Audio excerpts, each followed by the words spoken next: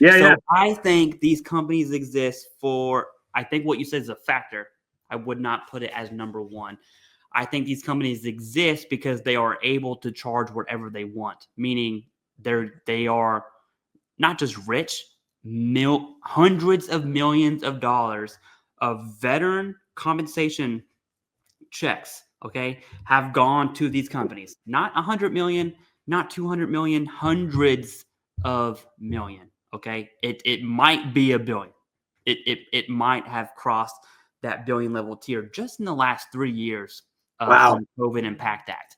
Okay, I would be willing to bet it's crossed that. So we're definitely not talking some. Okay, and the Right. issue, people say, well, it's not really a big deal because it's not our business.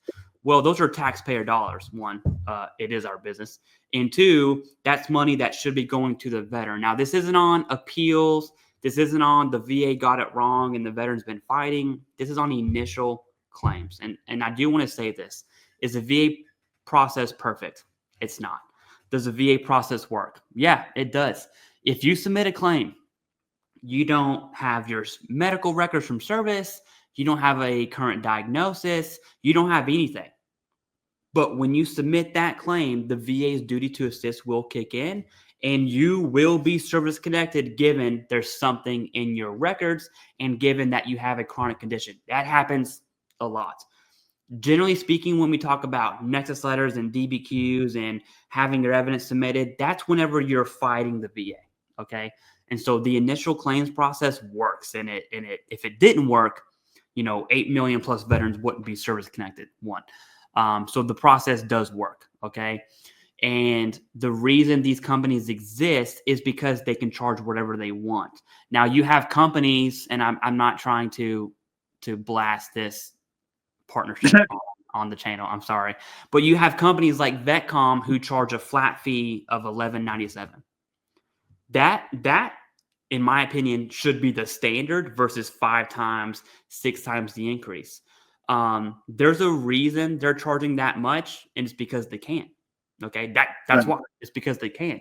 The reason they don't want to be accredited, or they don't want an accreditation to dictate what they can or cannot charge, is because they're going to lose profits. That's why. Okay, Luttrell. I said earlier that Chairman Luttrell ate into Veterans Guardian CEO. He asked him, "Why don't you become accredited?" And Veterans Guardian gave every answer, how great VSOs are, how great this is, but definitely didn't answer the question on why he didn't become accredited. And Chairman Luttrell said it's because of profits. It's because if you become accredited, you can't do what If you're a claims agent all of a sudden. Right. Exactly. And anyone, Jason, so I was a federal employee. I'm no longer a federal employee. Okay. That's a time for another video. But we can now be accredited if we wanted to help personally with like appeals and stuff like that.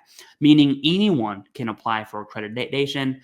And I would say that's the reason these companies exist, because it's a market that is not regulated by the government, so therefore they can charge whatever they want. And one of many predatory practices, and I'll probably end my thoughts here. It's kind of like drug dealers against legalized drugs. Yes, exactly. Okay, go ahead. So one of the predatory practices, and there are many, but one of them, and this one I think most people would agree on. These companies, they have the funds for advertising, right? The VFW does not have the budget to buy Facebook ads and Google ads, and you open up Microsoft Edge and bam, you have a Veterans Guardian ad in front of your face. That's a lot of money to do that. Okay. It's a lot. They have ads, and one of their sales pitches, okay, is actually false advertisement when they say, hey, come to me, we will help your claim get through faster. And let me just, in case you're wondering, I don't care if you're an attorney, a claims agent, you can be the VA secretary himself, submit a claim. It doesn't matter. Front end submission has zero, not a little bit, zero impact on the VA claim process. Okay. And so what these companies are doing, their predatory practice is they're capitalizing on VA process sucks, come to us, when the outcome has no effect on the VA claim process. And so the more you dig, the more you find out that these companies are in it for not Absolutely. just profit, insane profit. I'm talking like 1,000+% profits like that. That's the margin of profit we're talking about here. And so you do have companies like VETCOMM, and then there are also other companies that have this one-time upfront payment. That's essentially what the Senate bill is going to turn into. That is something that I can support. So I can go on and on and on what a predatory practice is and how these companies truly are taking advantage of veterans, because they're helping them submit claims. I would agree with that, but they're also taking an arm and a leg with it, which for initial claims is just really dumb to do that. Okay, I'm going to hold back right there. Final thoughts, Jason, on this whole episode, and then go ahead and wrap it up. All right. So I think it's important to kind of follow up this claims consulting company thing with, look, if you're filing your first claim or you're thinking about filing a claim, you can do it yourself. You can do it online. You could do it with paper and send it in. The VA is really looking for three things, right? They're looking for your time in service. Go grab your DD-214. If you don't have it, you can order it. If you don't have service treatment records, you can order it. That's with the SF, so Sierra Foxtrot, SF 180. The SF-180 form, you can order your records. Order them. Call the VA directly. Tell them that you want to put in an intent to file. That will preserve today's date. Then get your information, right? You got your DD-214. That's what they're looking for. They're looking for a diagnosis. It doesn't matter when this diagnosis happened, okay? Could have happened in service. Could have happened 10 years after service. You need to have a diagnosis of whatever condition.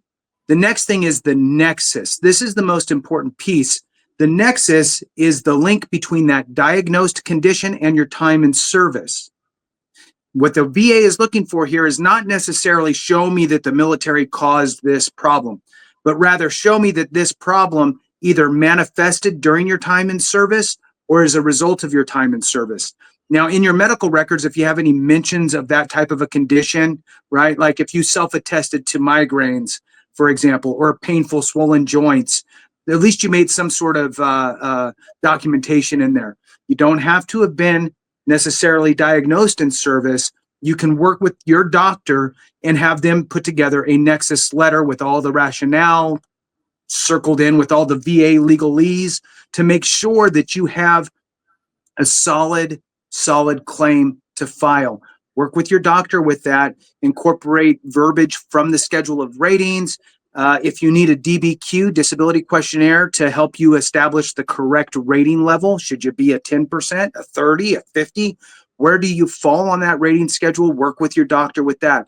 If your doctor is willing to do it, they might do it at no cost, no additional cost to you, which is great. They might charge a small fee to do these extra things, but try it with your doctor. If your doctor can't or won't or doesn't, utilize AME, American Medical Experts. At the end of the day, you need evidence to file with your claim, okay?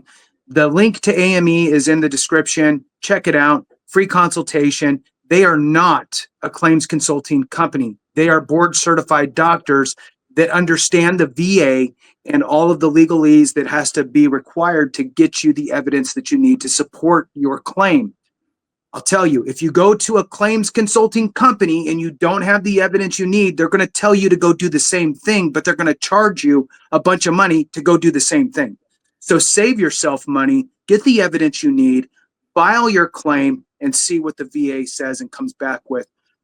I just wanted to kind of throw that out there, that it's a very, if you just look at that, Clay's done 1,000 videos. Well, maybe not. Clay's done a lot of videos on the subject. I've done a lot of videos on the subject of filing a claim. The information's out there. There's others too. try to do it yourself. Work with your spouse, work with your son, your daughter, have them help you fill out everything, have a second set of eyes. If you don't have a accredited VSO or what have you to help you, you can do it yourself, and give it a shot first before you start blowing money out. Do you have any last thoughts, Clay, before I wrap it up?